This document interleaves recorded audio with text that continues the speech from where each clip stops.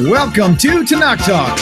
I'm your host, Wil'liam Hall, broadcasting to you live out of Kingsland, Texas, USA, with episode number 26, Matthew chapter 23, with our beloved Rabbi from Canada, Rabbi Michael Skobac. Rabbi, how are you tonight? It's good to see you. It's great to be seen. It's great to see you, and it's great to be here. That's awesome. That's awesome. I tell you what, it's been a really, really awesome week. The temperature did drop. Everything's nice and cooled off. Well, during the night anyway. During the evening times, it's actually better. So, but anyway, yeah, it's been a really interesting, very, very busy season. And I'm saying that, and I'm not even a rabbi. The rabbis, I'm sure, are going nuts just trying to keep up.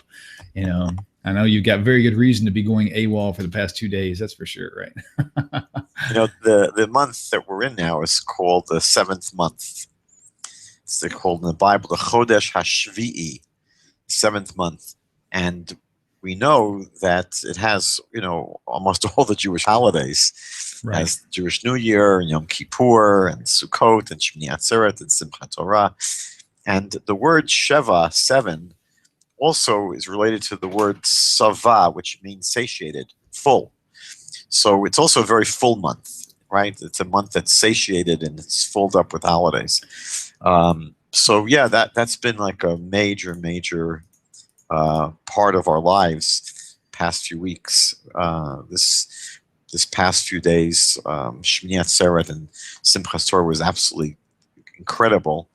You know, but at the same time, I think we have to, as we're going into the program tonight, just keep in mind the situation in Israel.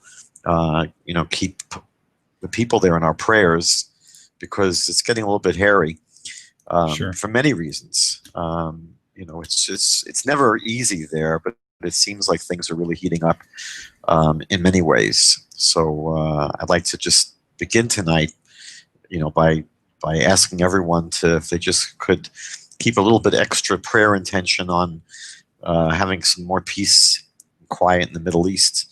That would be great. And I don't think we're going to have the end of the world this week. Maybe next week when we get to Matthew 24, we'll look at the end of the world as we know it. Yeah. So maybe that was just a subliminal teaser for next week. I was so confused, Rabbi. Oh, yeah, my gosh. People love the end of the world stuff. And I think actually there were some Christian websites predicting that I think either today or tomorrow the world's going to come to an end and be destroyed. There's been quite a lot of predicting. Wow. So I think that I'm not so convinced the world's going to end so quickly. Right. Because we have a lot of stuff to do on this program. Sure enough. No kidding. We have a lot of programs to do yet before the end of the world. Indeed. So you ready to begin? Yeah, real quick question. Sheva, does that also have a connotation of an oath? Yeah, actually, Shavua is an oath. That comes up in tonight's program, actually. We're not going to talk about it, but sure, oaths come up, and it's related to quite a few different words. But in terms of, you know, the significance of this 7th month, it's known as the month that's really full. It's totally filled up with holidays. And interestingly, the next Hebrew month is called Mar Cheshvan. Mar means bitter, because it's the only month that really has no holidays at all. Got it. So, you know, but I think the real, not the challenge so much, but really what we're supposed to really be doing is never just going through these holidays and moving on. We're supposed to really bring them into the rest of the year. We're supposed to really incorporate everything we've experienced in these holidays into the rest of the year, into the rest of our lives. So we don't just, you know, celebrate the holidays and move on. We're supposed to really try very hard to really incorporate, integrate them into who we are. And that really was the purpose of the last days of Sukkot.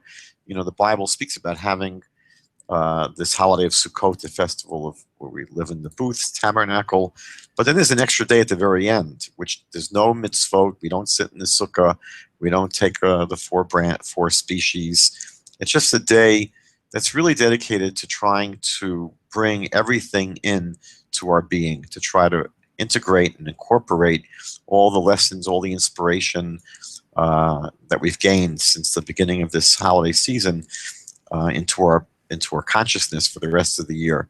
And that's how we ended yesterday. It was really quite amazing to be able to do that. Now in Israel, they have Shmini Atzeret, that one final day, and Simchas Torah, the celebration of the completion and beginning of the Torah. It's all on the same day. Outside of Israel and diaspora, we split it up into 2 days. Right. But really, that's how we're going to be able to integrate all of the inspiration and all of the lessons and all of the new growth and ideas of the holidays that comes only through the Torah itself. And that's really how we ended it in the diaspora yesterday, just by taking the Torah and hugging it and dancing with it and just showing how much we love the Torah.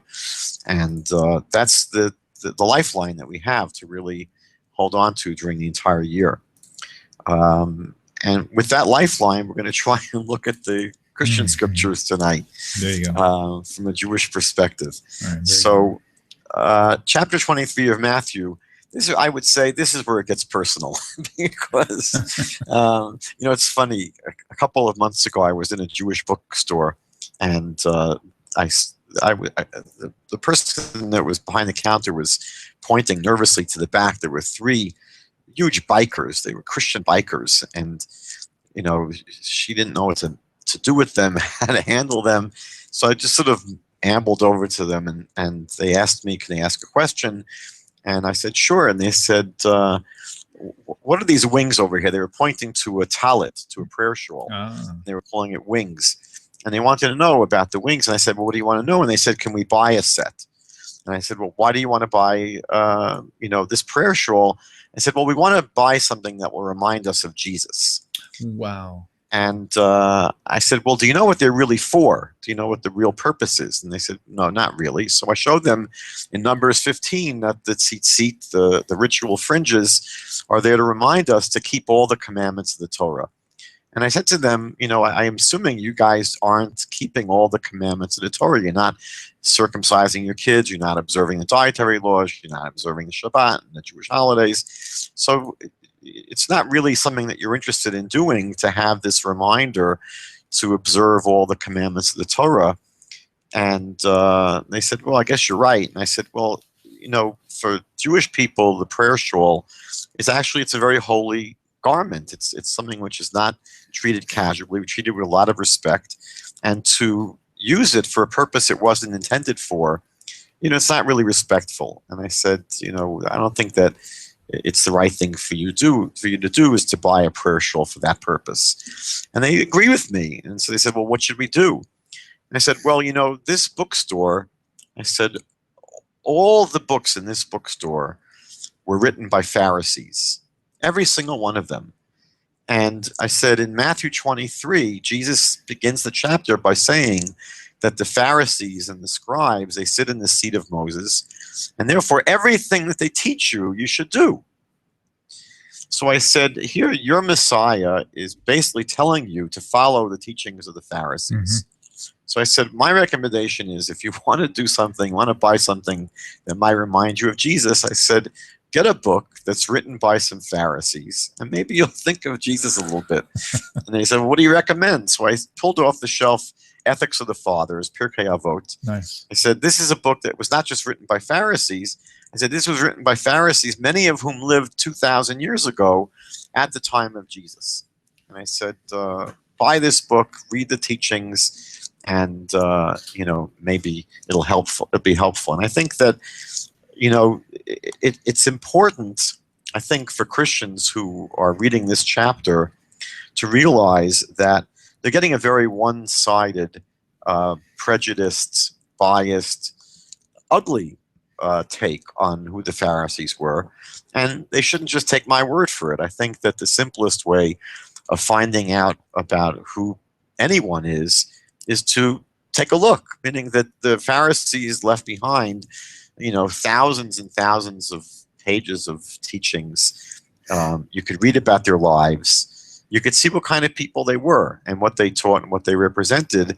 And that's all a person would need to do to really see if what you know, the presentation in Matthew 23 is one that's accurate. So we'll just begin where Jesus basically says here that, you know, that, and he's speaking to the multitudes and his disciples, and he says that the scribes and the Pharisees sit in Moses' seat. Therefore, whatever they teach you to observe, that you should do and observe. So Jesus here seems to be giving, you know, his credence. He's giving credence to, and he's giving credibility to, his stamp of approval to, and his directive to his students to follow what the Pharisees teach. Now, I think it's important, I'll try and do this quickly, to explain that there really are several aspects to the teachings of the Pharisees. Meaning that when we speak about what the Pharisees taught, there were at least 4 things they taught, and I'll try and go through them quickly. First of all, the Pharisees, the most central part of who they were the transmitters, the teachers and the transmitters of what we call the Torah She'ba'al Peh, the oral Torah. Mm-hmm. Now, these are the teachings that God revealed to Moses on Mount Sinai that were not written down in the 5 books of Moses. So, for example, the 5 books of Moses speak about afflicting your soul on the Day of Atonement. It doesn't explain how you afflict your soul. It doesn't say if that means to sit with an insurance salesman for 2 hours. Mm-hmm. Does it mean to listen to disco music? I mean, how do you afflict your soul? So the oral Torah explains that afflicting your soul involves not eating, not drinking, not having sexual relations, etc., not bathing, not anointing yourself. So the oral Torah basically explicates. It gives you the understanding of all the aspects of the written Torah that are not cleared up in the written Torah. So the written Torah, for example, obligates people in the observance of the Torah itself. But at what age does someone become obligated? When is someone responsible for observing the Torah? That's not written in the Torah itself. We don't know if it's the age of 10, 13, 15, 18, 21. So the oral Torah explains all those issues. And the truth is that there's very little that's clear by the written text itself. The written text says that if you want to eat meat, you have to slaughter the animals, God says, as I've commanded you. But there's no commandment in the written text on how to slaughter an animal. So the oral Torah explains exactly how animals are to be slaughtered. The Bible speaks about putting certain things as frontlets between your eyes and a sign upon your arm. It's going to come up in tonight's chapter. Well, what does it mean to put a sign upon your arm? And frontlets, what are frontlets? And how do you do that? So all of the things that are not clear, that are not spelled out, that are vague in the written text are explained, spelled out in the oral Torah.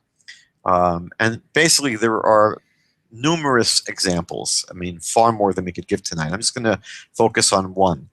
The written text of the Torah says, don't do any melacha on the Sabbath. And it says that it's a capital crime to do melacha on the Sabbath. And it's a word which is not easily translated. There's no other place in the Bible where the word is used. And the person who's concerned about observing this law of God would really be interested in knowing what is melacha.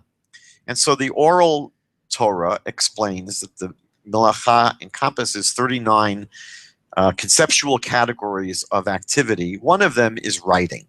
So even though we don't find in the written text of the Torah a prohibition against writing, the oral Torah says we're not allowed to write. So one of the things that the Pharisees did as the teachers of the oral Torah, the Pharisees, is they transmitted the teachings of the oral Torah. The second thing that the rabbis did, however, was to enact safeguards to protect Torah law. So, for example, the Torah prohibits having sexual intercourse with certain people. But the Torah doesn't prohibit hugging and kissing them or being in a locked room together with them. But the sages, the Pharisees, said, look, if you're not supposed to be having intercourse with someone, it's probably a good idea not to hug and kiss them and to be in a locked room together with them. So these Pharisees enacted legislation that prohibited people from doing this. Or if the Torah law says that we're not allowed to write on the Sabbath, the sages, the Pharisees, would say, you know what, better you don't walk around on the Sabbath holding a pen or a pencil, because you're so used to writing, so sometimes unconsciously, you'll probably come to write if you're holding a pen or a pencil on the Sabbath. So these are the kind of safeguards that the rabbis instituted to protect the actual Torah legislation. And it wasn't considered to be adding to the Torah. We know that in the book of Deuteronomy, we're not told that we're not allowed to add to the Torah. But the rabbis here were not adding to the Torah because they had to be very clear when they formulated this kind of legislation that they were enacting rabbinic legislation. And it wasn't to be treated as Torah law. So, for example, we know that Torah law, there was a capital punishment, theoretically at least, for violating the Sabbath. So a person that was writing on the Sabbath, that could be a capital crime. But the rabbis couldn't put someone to death for just carrying a pen on the Sabbath. That was their rabbinic protection of the Torah law itself. Are we okay there? Yes. Oh, sorry. Was I putting too much background noise? It sounds like there's some kind of a riot going on there in your studio. I just ran them off. You're good. Sorry about that. I forgot to mute my I hope that you didn't hurt them too badly. So the two aspects of the oral of the what the Pharisees taught that we've mentioned so far, the Pharisees taught the oral Torah that was transmitted to God by God to Moses. The Pharisees enacted legislation to safeguard Torah law. It's like, so when you go into a train or a subway, there's a yellow line right near the tracks to tell people don't go up until the very edge of the track.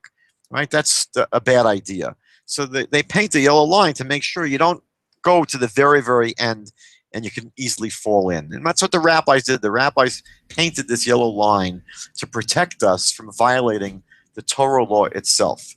The third thing that the rabbis did, the sages did, the Pharisees did, was to enact positive enactments to enhance Torah living in Judaism. For example, they enacted the holiday of Hanukkah. It's not a biblical holiday. This is a rabbinic holiday. Or they enacted the idea of lighting candles for Shabbat to enhance the beauty of Shabbat. So the Pharisees would enact positive legislation to enhance Judaism. Again, they weren't adding to the Torah because they never claimed that these were Torah laws. They always made it clear these were rabbinic laws. And finally, the Pharisees were the ones that were empowered to decide cases of doubt.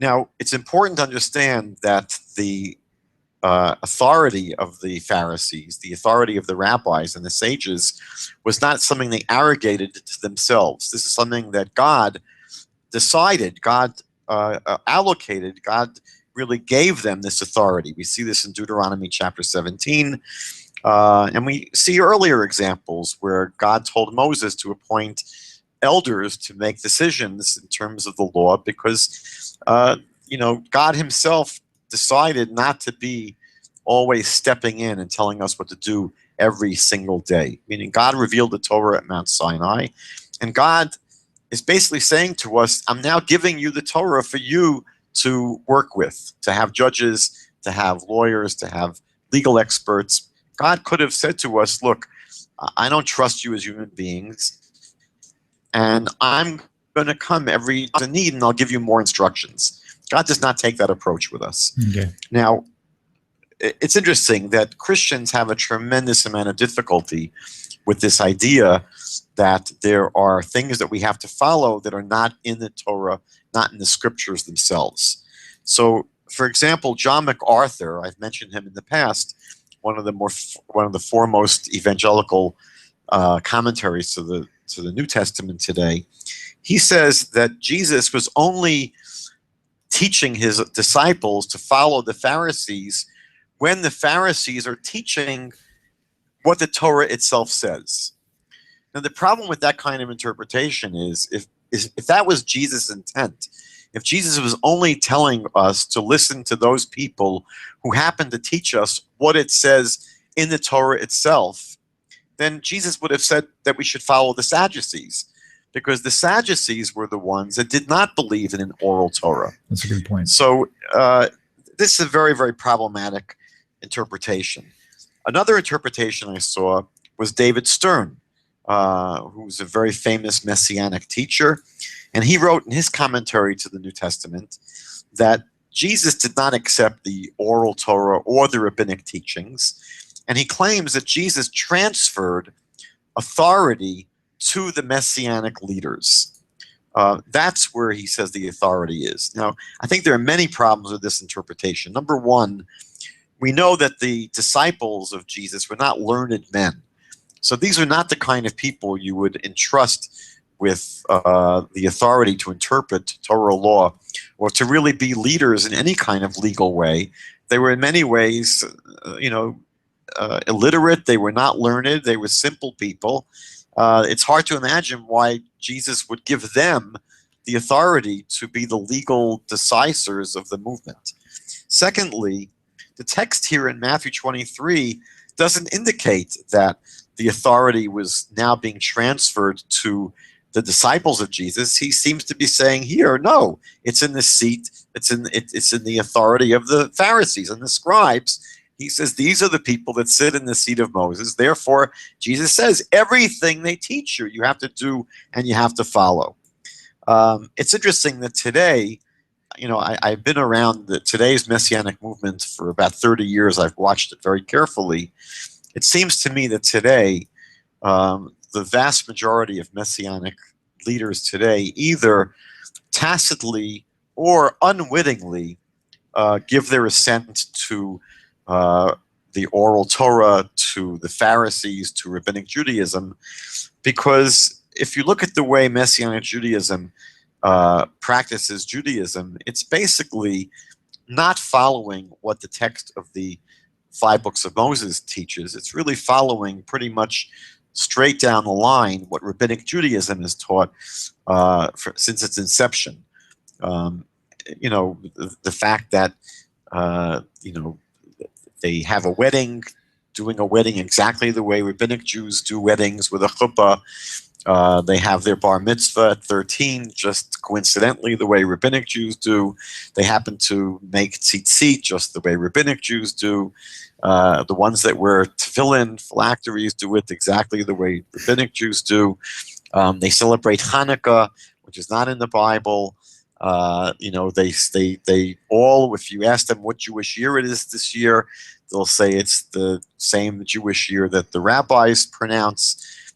Meaning there isn't anything, basically, that happens in the Messianic movement that isn't essentially copying, mimicking the way Rabbinic Jews practice Judaism. Right. So at the end of the day, when Jesus said that you're supposed to be following the scribes and the Pharisees, even though you'll often hear in the Messianic movement this refrain that we follow the word of God and not the traditions of men, this is exactly what the Messianic movement does. They follow the traditions of the Jewish sages, the Pharisees. I remember being at a conference of the Union of Messianic Jewish Congregations and taking a poll of members when they celebrate the holiday of Shavuot.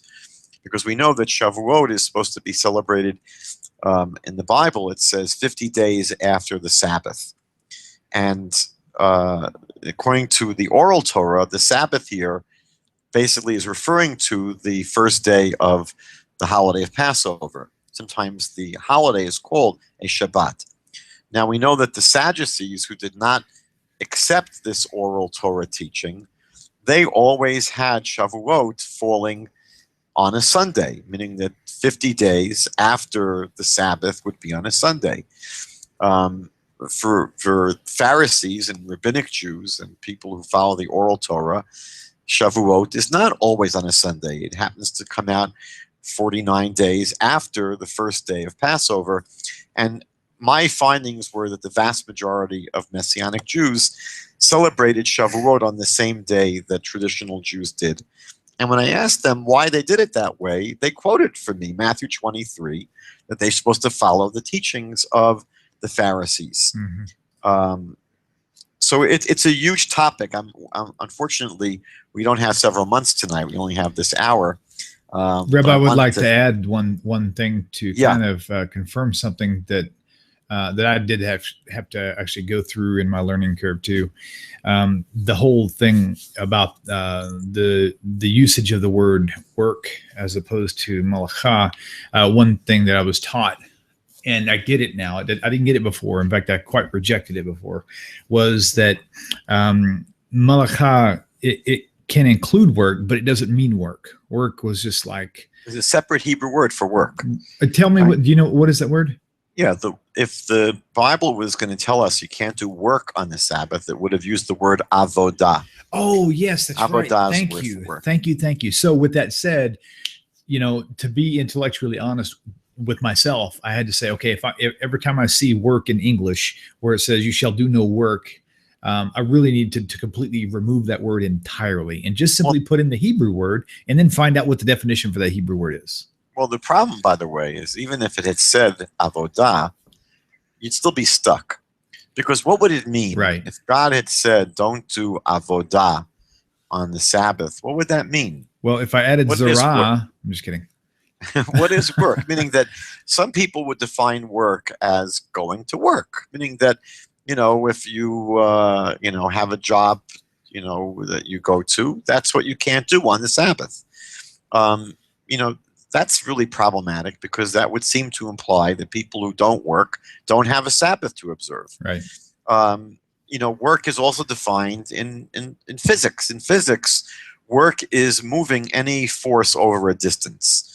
So in physics, Right. If you pick up a cup and you move it from one side of the table to the other, you've done work. That's obviously not prohibited on the Sabbath.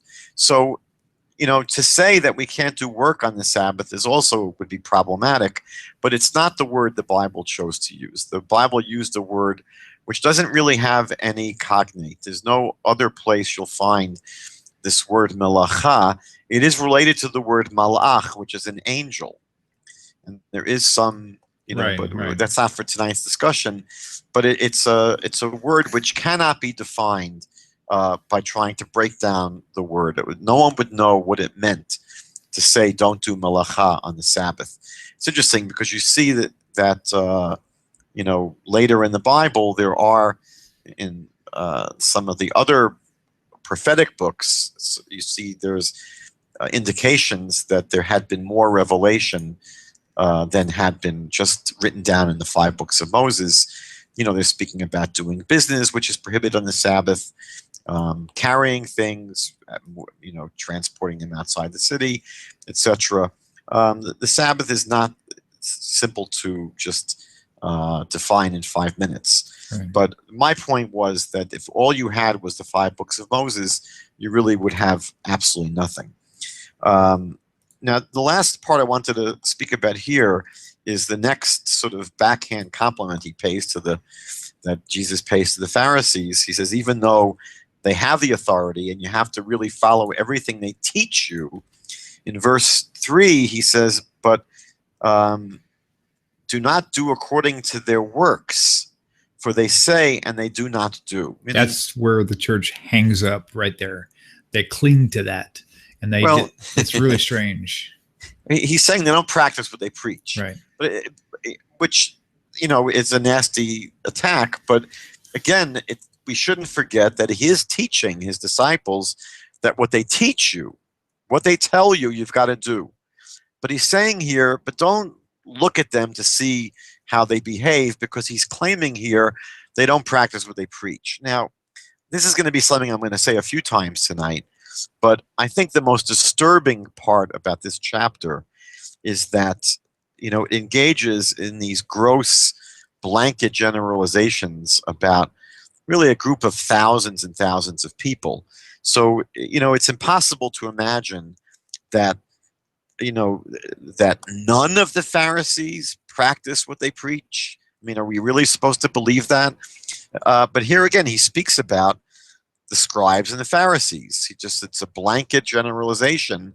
And he's saying that they don't practice what they preach. That's, clearly to me, the most disturbing part of this entire chapter is that it's really painting with one broad brushstroke not a small group of people, a very large group of people. Now, in verse 4, he goes on, and this is a whole chapter, really, where you're hearing.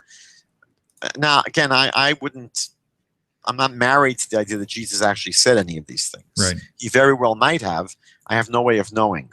But if it turned out that Jesus didn't say any of this, it wouldn't shock me. Right. But let's take it at face value that this is really his speech.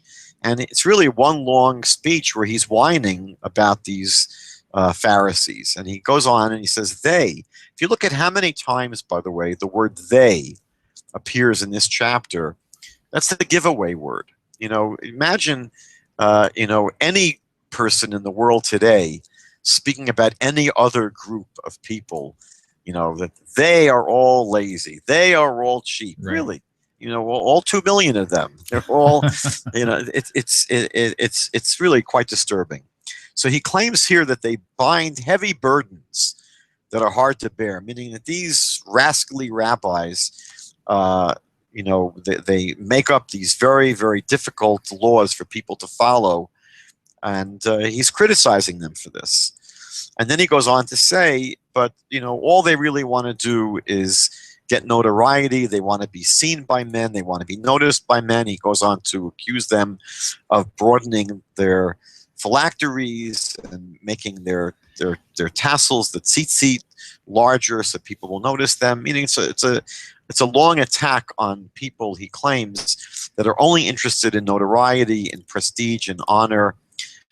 So again, I think that it's these very gross generalizations about an entire group of people that comprise thousands and thousands of people that really punctures the credibility of Jesus's critique. I find it interesting that he didn't criticize them for wearing phylacteries or for wearing tzitzit. Right? He just said because they were making them too big to make them noticeable.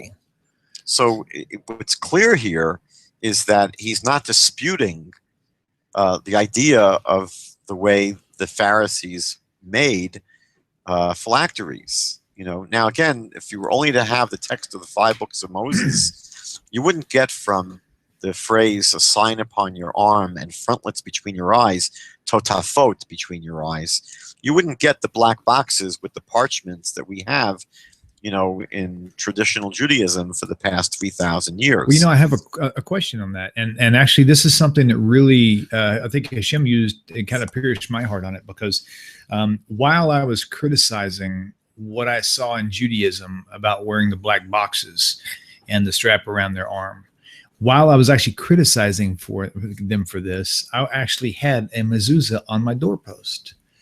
And one Shabbat, I was reading in Deuteronomy, chapter 6, I guess. 6. And I saw this thing about the mezuzah. Hey, there's a mezuzah thing. And then all of a sudden, it's like I just got spiritually slapped.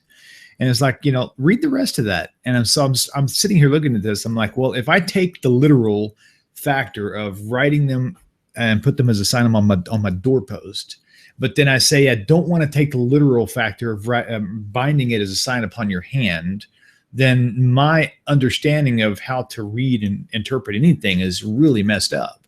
So I either have to ditch the mezuzah, which I was not willing to do, or I need to stop criticizing the Jewish people for wearing phylacteries, as the New Testament calls them. And it was a real eye opener, a major eye opener for me. Well, that's a good point. I'm glad you caught yourself there.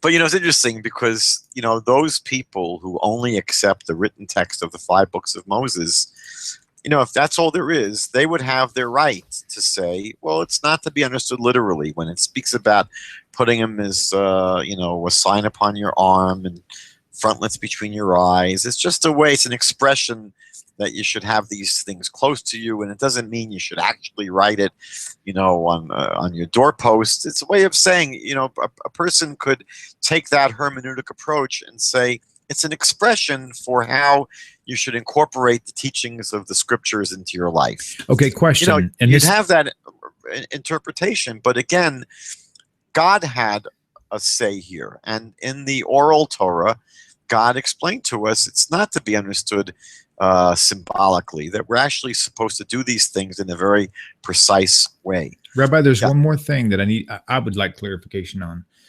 In the Hebrew, does it say as latodefot beinenecha? Is that between your eyes plural, or is it between? I know it sounds a really strange question. I mean, between your eye, that's not even practical. However, the reason why I'm asking this is because I'm pretty sure the Hebrew says bind it as a sign upon your hand, not hands, right? And so it's on your arm, really. on your arm. Hand. Okay, cool, Yeah. but not on your arms, plural. No. So therefore, that really pushes the idea that this is definitely not metaphorical, because if it was, it would just, like you say, well, everything your hand does, do it with all your might. No, your hands are plural. Like if it qualifies your eyes as plural, why would it not qualify your arm as plural also if it was metaphorical? Oh, no, because the expression between your eyes, would mean that it's going to be in the center between your eyes. You need both eyes to be able to get to the center. And that does say bein einecha, between. So the word between requires to have two things on either side. So there you'd have to have both eyes. Okay. But it's interesting because we don't actually put the tefillin, the phylacteries, between our eyes. It's really set up further on the top of the head, but in the center of the head, which would be, when you take a line, it's between the eyes, but not. It's not worn over here. Right over here. It's right. But technically, it is between your eyes, right? Yeah, it's not off to one side or the other side. It's over here. And again, this is all spelled out exactly how it should be done in the oral Torah. It's interesting that here you have Jesus allegedly critiquing the Pharisees for the heavy burdens they're placing upon the people, in the sense that they make Judaism so difficult. But it's hard to really take that accusation seriously in light of the Sermon on the Mount, because in the Sermon on the Mount, he has extremely rigorous demands of his followers. He sets standards that would be way beyond what the rabbis ever taught in terms of strictness. So on the one hand, he's criticizing the sages here for their imposing heavy burdens in terms of what people are required to do, but the standards that he set in the Sermon on the Mount go way beyond what the Torah actually requires, and are just about impossible to observe. So I think that's a little bit of a double standard. Okay. Now, it's important to realize that throughout Jewish history, there have been movements who criticized the enactments of the rabbis. They said, look, the rabbis are making it too difficult. The rabbis are making Judaism too burdensome. It's impossible to keep. The truth of the matter is that the only Jews that survived throughout history have been the Jews who have been following the observance of the Torah according to the way the rabbis have taught it. And throughout history, all of the groups that wanted to do away with the teachings of the rabbis have disappeared. Not just disappeared, but they were groups that themselves dropped all Torah observance.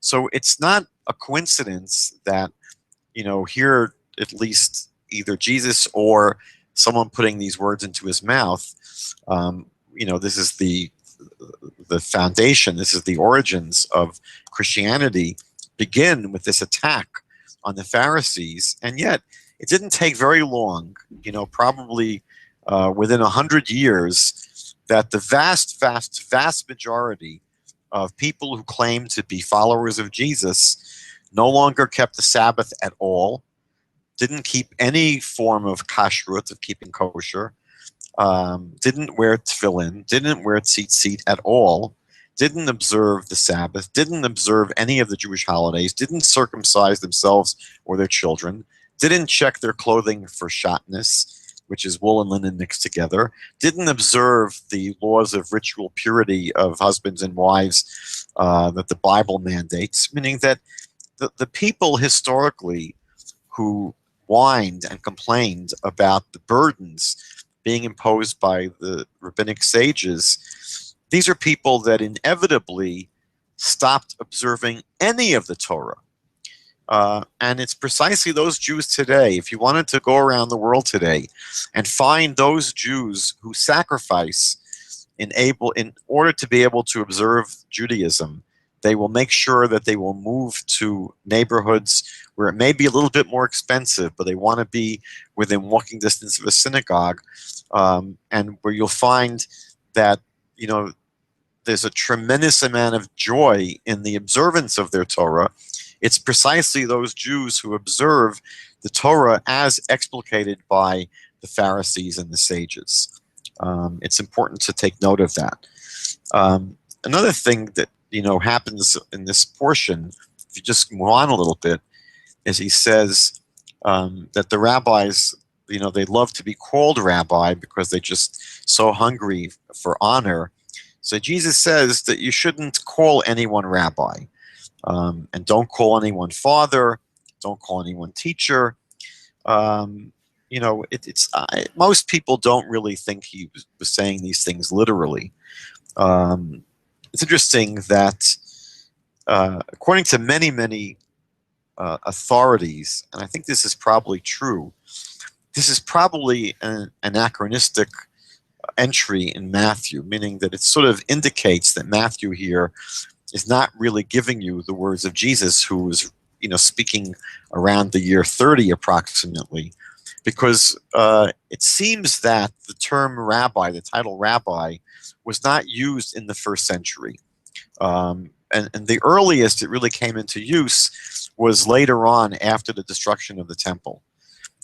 So here he'd be, you know, making this speech about not calling anyone rabbi, and that all the people that were seeking glory wanted to use this title. In all likelihood, it was not a title that was being used. If you go through Ethics of the Fathers, for example, and you see the teachers of the first century, they were just called by their name: Yossi ben Yoezer, Yossi the son of Yoezer, Hillel, Shammai. You know, the rabbis just had their names, sometimes the name of their father afterward. But the title rabbi was not really used until later on in the first century. So this seems to be sort of a proof that Matthew here is sort of writing backwards into history.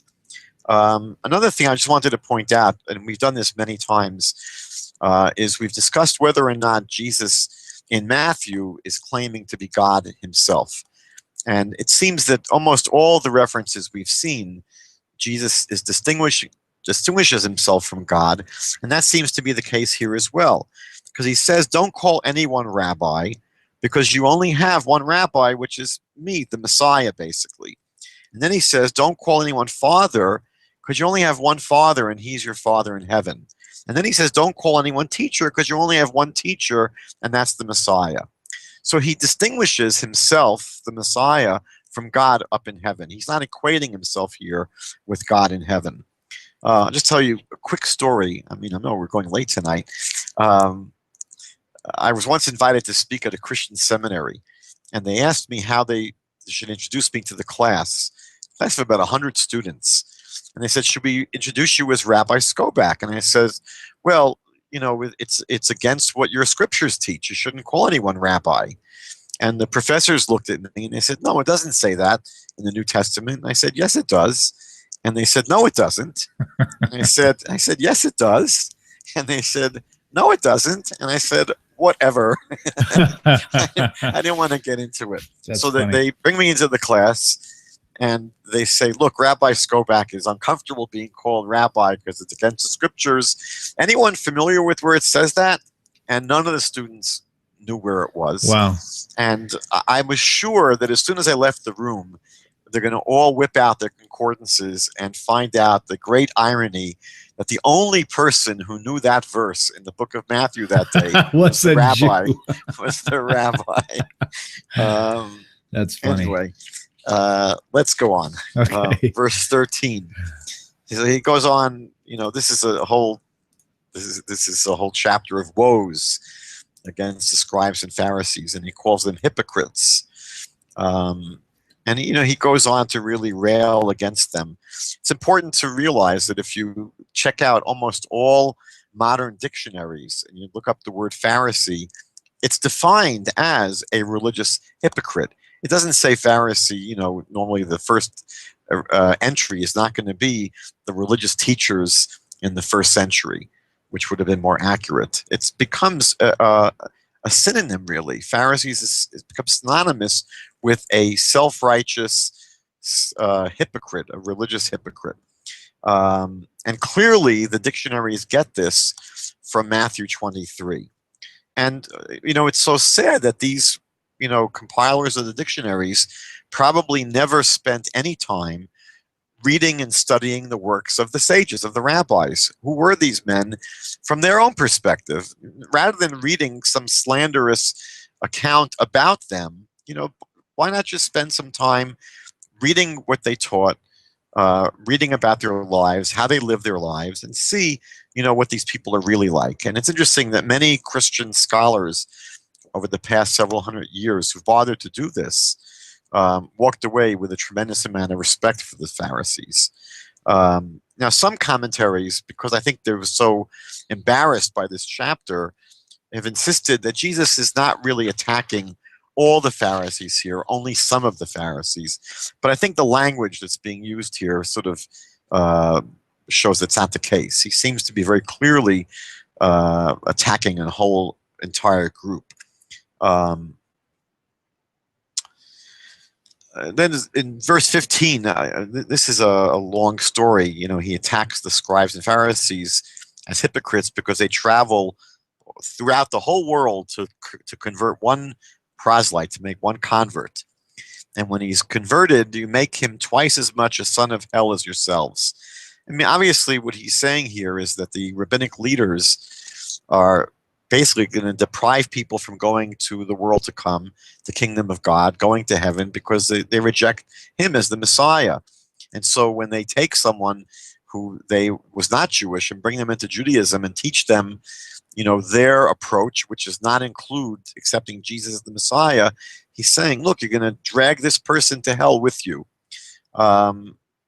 It's not clear what he's talking about here, meaning is he saying that this was normal behavior for the Pharisees to take trips all over the world to try to convert people? There actually happens to be a one famous story where some of the rabbis travel to Rome and they actually convert a nephew, I think, of Titus. So it probably, I would think here, it's a reference to that one story, and it's not describing what was normally done all the time as routine. In verse 16, he goes on to again attack them as blind guides. Here he's attacking them really for the oral Torah's teachings on the laws of oaths. And we won't have time to really go into his misunderstanding tonight of how those laws worked. But I want to point out one thing, that in verse 19, he calls them fools. Now, earlier in the chapter, he accused the Pharisees of not practicing what they preached. And it's interesting here, they always say that when you point your finger, you've got three pointing right back at yourself. Well, if you just go back to Matthew chapter 5, verse 22, Jesus says, if you call anyone a fool, you're going to go to hell. So here he himself basically said that it was not right to call people fools, and yet in this chapter 23 of Matthew, it's exactly what he does. It's what he calls the Pharisees. We'll move on to verse 23. And again, it's woe to you, scribes and Pharisees, hypocrites again, because you pay the tithe of mint and anise and cumin, but have neglected the weightier matters of the law, justice and mercy and faith.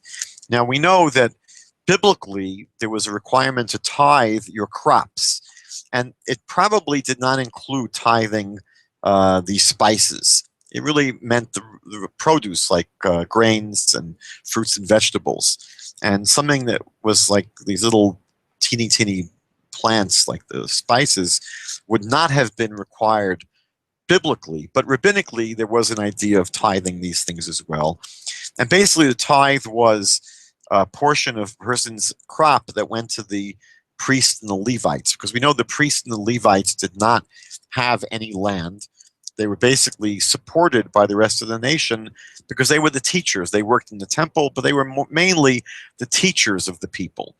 The average priest did not really work in the temple more than a few days in the year. So during the rest of the year, they spent their time teaching. And because they were dedicated to teaching, they didn't have time to harvest and to plow and to plant. So they were supported by these tithes. And basically, because there were many, many more Levites than priests, the priests got what was called truma. And the truma was approximately a 60th of a person's crops, about 2% approximately. And then after people gave that 2% to the priests, the next 10% of their crops went to the Levites. And then there was a second tithe that went to, in the 7-year sabbatical cycle, in the 3rd and the 6th year of the sabbatical cycle, the second tithe, meaning that second 10%, would go to poor people. And in the 1st, 2nd, and 4th and 5th years, people had to take that second 10% wherever they lived in Israel and bring it to Israel and spend that money in Jerusalem. So there were all these tithes, and Jesus here is criticizing the Pharisees and the scribes for tithing mint and anise and cumin. And he says, he makes the claim that they're neglecting the really more important things in life, like justice, mercy, and charity and faith. But what's important to see here is that Jesus does not criticize the tithing in and of itself, meaning he says that these you ought to have done, meaning you should have given the tithes without leaving the others undone, meaning that you should be doing both, Jesus says. So many people Perfect. assume that Jesus here is, again, attacking the observance of the Torah law, but the truth is he's actually not. He's specifically saying you should be making these tithes. And again, I want to emphasize, even though tithing the mint and the spices is not biblically required, it's only rabbinically required, and yet Jesus accepts that it should be done.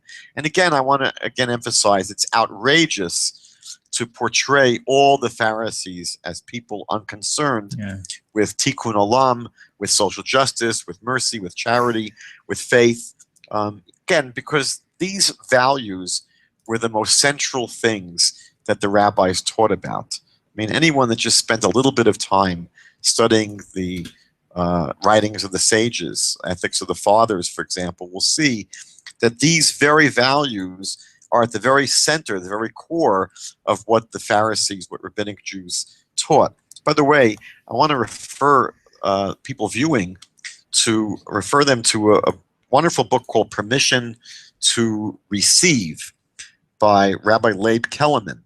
And in this book, he quotes a number of very, very important studies showing that when it comes to charitable giving, Jewish people are really way out above all other religious groups in the world.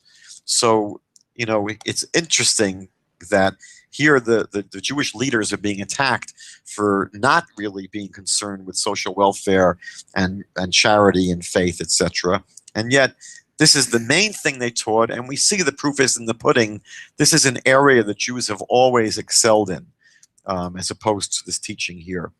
Now, again, you know, throughout these attacks on the Pharisees, it's true. We know that there were some Pharisees, there were some bad apples that were more concerned with their honor and prestige than anything else, and they were criticized for it. They were attacked by the main, you know, stream groups of Pharisees. But the truth is that these same kinds of problems crept into the early church, and when you go through some of the epistles in the New Testament, you know, 2 Peter, I think, and 2 Timothy, they have chapters devoted to attacking, you know, inappropriate church leaders. Right. So it's not as if any group of people in the world is free of having leaders who just seem to stray, but to portray all of the group like these few bad apples is really criminal as far as I'm concerned.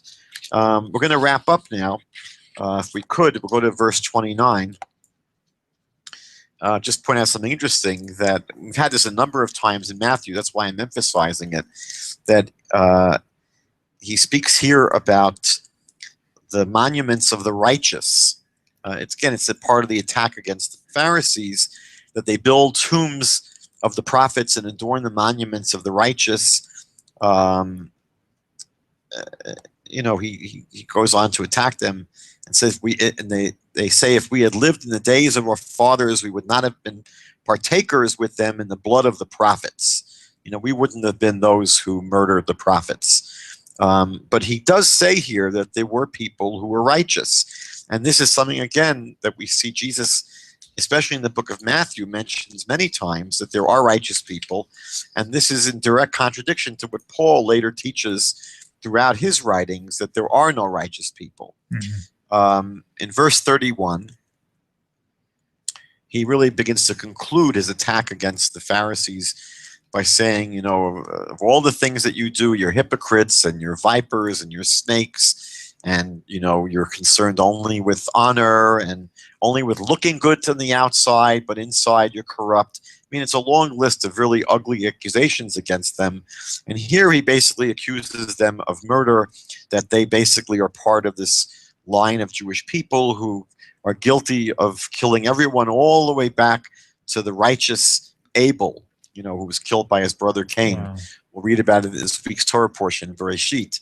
Of course, there were no Jews living at the time of Cain and Abel. So to say that somehow the Jews are going to be held responsible for that murder is absurd. And then he goes on to say that from the killing of the righteous Abel to the blood of Zechariah, son of Berechiah, who you murdered between the temple and the altar. So this is well known to be problematic, because there was no such person who was killed in the temple. In 2 Chronicles chapter 24, 2 Chronicles 24, verses 20 to 21, we are told that the person who was killed in the temple was Zechariah, son of Jehoiada. This you'll find numerous commentaries that try to come up with some way of resolving this inconsistency. Some claim it's just a scribal error. Some try to actually offer more complicated explanations. But here Jesus is basically saying that the greatest canard is that the Jewish leaders were the killers of prophets. Of course, that begs the question, who were the people that canonized these prophets? Right. We know that people only became accepted as prophets because the leading rabbis, the leading sages, determined that they were true prophets, not false prophets. And ultimately, it was only the leading Jewish sages that canonized from all the prophets. We had over 1 million different prophets. So the determination of who would be canonized in the Bible was only made by our Jewish sages. So clearly, there were some prophets that were stoned and even killed, but to blame the Jewish leadership, the sages, is absurd, because these are the very people who really determined that these prophets should be considered true prophets and canonized in the scripture itself. Just one comment I'll make as we conclude, sure, which is that at the end of the chapter, there's this lament, Jesus over at Jerusalem, meaning here, after spending the whole chapter attacking the leadership of the Jewish people, he says really he wants all along that the Jewish people be gathered under his wings, if they were willing to be accepting him. It's sort of a conciliatory statement he makes. And then he says, I say to you, you shall see me no more until you say, blessed is he who comes in the name of the Lord. Now, I think that it seems, to me at least, that he's distinguishing himself here from God. He's not saying he's God. He's saying he's the one that has come in the name of God, meaning God has sent him. And it seems that throughout Matthew and Mark and even Luke, that Jesus was not seen as God in the flesh. He was really seen more as a representative of God, a servant of God, a Messiah sent by God. But it isn't until you get to John where you see the transition being made that Jesus is more than just a human being. And then as you go through the next few decades in Christian history, Jesus is more solidly redefined really as God in the flesh. But it seems here in Matthew, at this earlier stage, that Jesus is distinguishing himself from God. And many Christian scholars insist that what you're learning here in this last phrase is that Jesus will not return until the nation of Israel accepts him.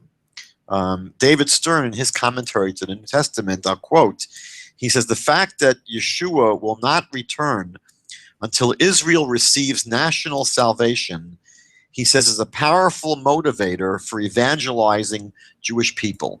Meaning that when you think about it, you know, there have been studies that have been done that show that the most highly evangelized group in the world is the Jewish people, meaning outside of Christian circles. Most Christians will evangelize their friends and relatives, their fellow Christians.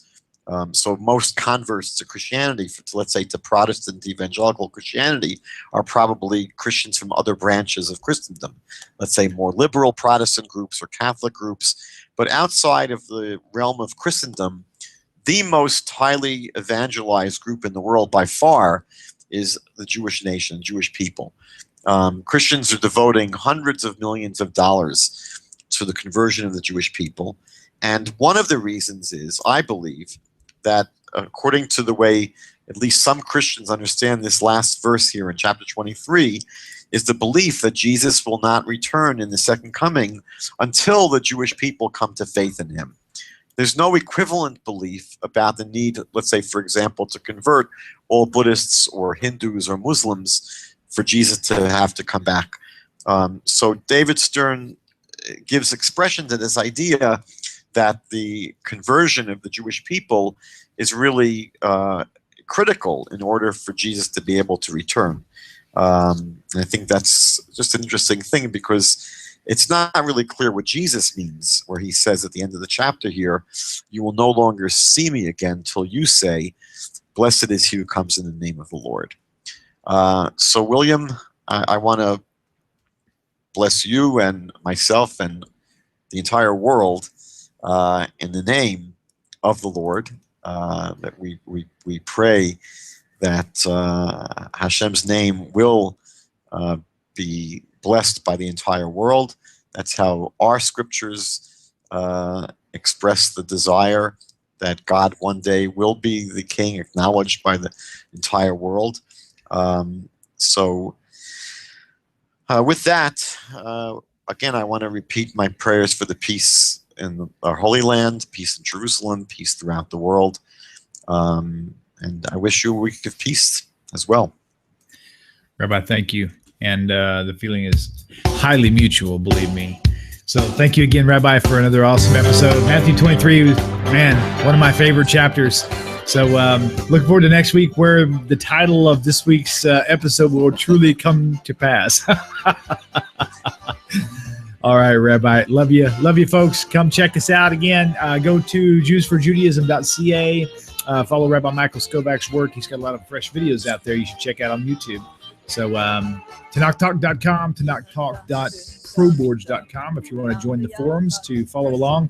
You'll find Rabbi Skobac there periodically. I know he's quite strung out with too much to do, but hopefully we'll be able to tag him in there also. So until next time, shalom, shalom, everyone. Love you guys, and we'll see you next time. כולם ביחד, חשוב מכל חשוב והכרחי להיות ביחד. איפוק זו העוצמה, ויתור זו הגדולה, השאיפה והכמיהה.